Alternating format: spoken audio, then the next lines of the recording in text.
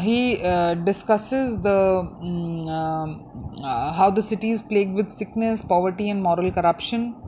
The appalling condition of the people results in agony and despair. Death is also one of the prominent themes of the poem.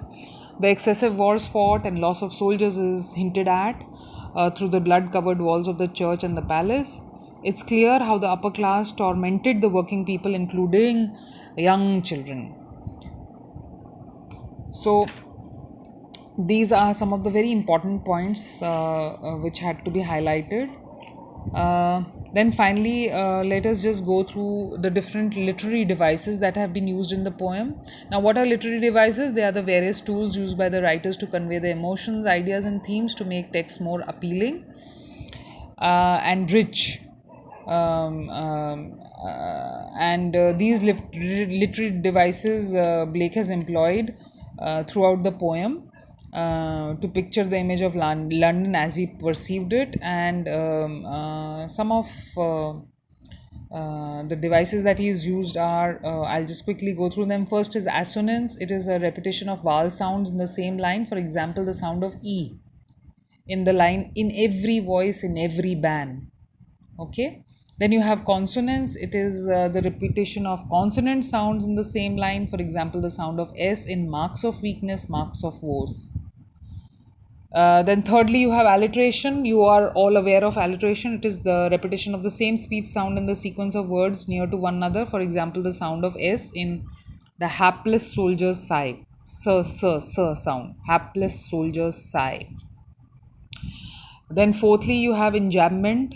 It is defined as a thought in verse that does not come to an end at a line break.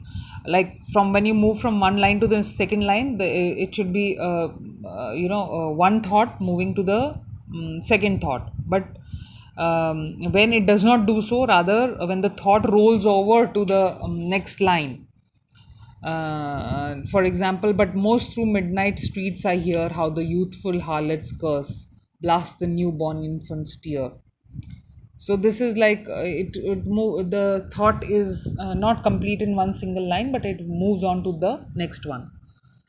Then, fifthly, you have the imagery. Imagery is used to make readers perceive things involving their senses. For example, how the chimney sweepers cry, or how that line where you have the blood running down the palace walls, runs in blood down palace walls. So, just reading this, there's the image of the chimney sweeper or the image of the dying soldiers, are brought to your mind. Then, sixthly, you have symbolism. Symbolism means to use symbols to signify ideas and qualities, giving them symbolic meanings that are different from the literal meanings. For example, soldier's sigh. Now, soldier's sigh is, of course, the sigh of the soldier, that sound that the soldier makes when he is dying, but it also symbolizes a state of helplessness, while the idea of little children cleaning the narrow, dark, dirty chimneys symbolizes death and despair. And the third, the harlot's curse, it symbolizes the cursed lives that the unfortunate face and are forced to live. Uh, right. So these are the main literary devices that have been used.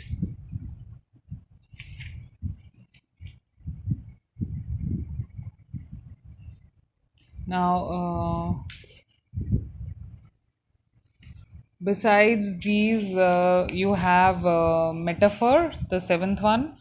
A metaphor, again, it's a step ahead of simile, which I have explained earlier. Also, it is a figure of speech in which an implied comparison is made between the object different in nature. For example, the mind forged manacles I hear is a metaphor for hardships of people working in industries, which is equal to working in prison.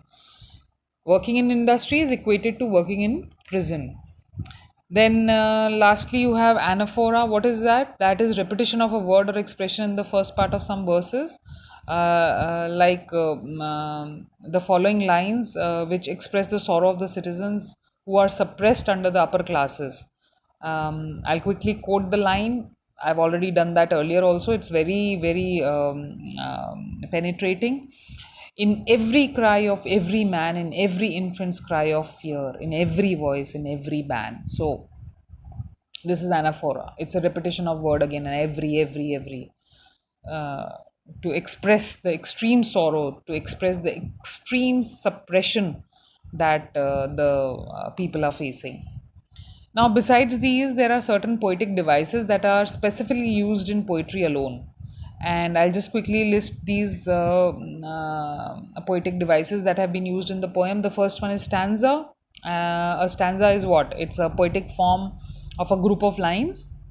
There are four stanzas in this poem, which you have seen, and each stanza further has four lines.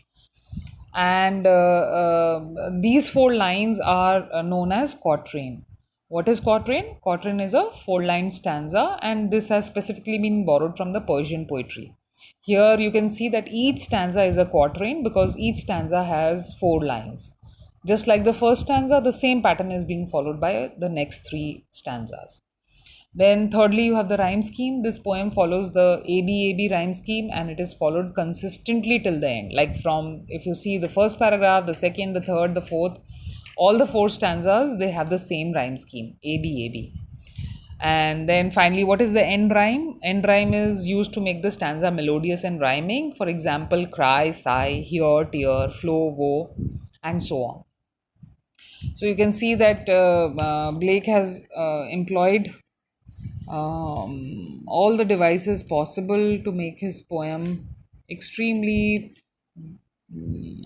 significant, extremely penetrating, and very pertinent.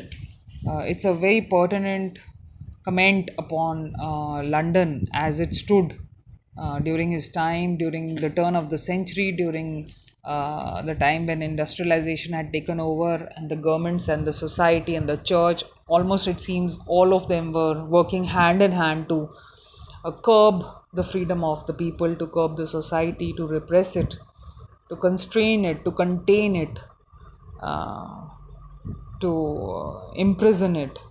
And all of it has been amply made clear by Blake in his poem, The London. So I'll end here, and I hope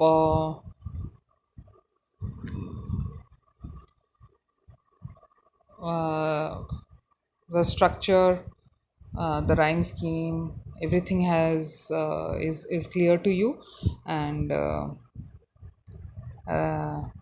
the meter that it has been written in, all that. I think initially I had mentioned that it has been written in the iambic tetrameter.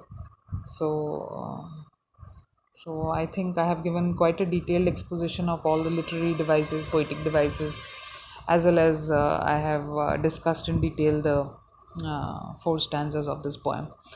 So please revise it. I'll be giving you questions soon. Hopefully, you will be able to solve them through these explanations. Thank you once again for your patient listening till the next lecture. Goodbye.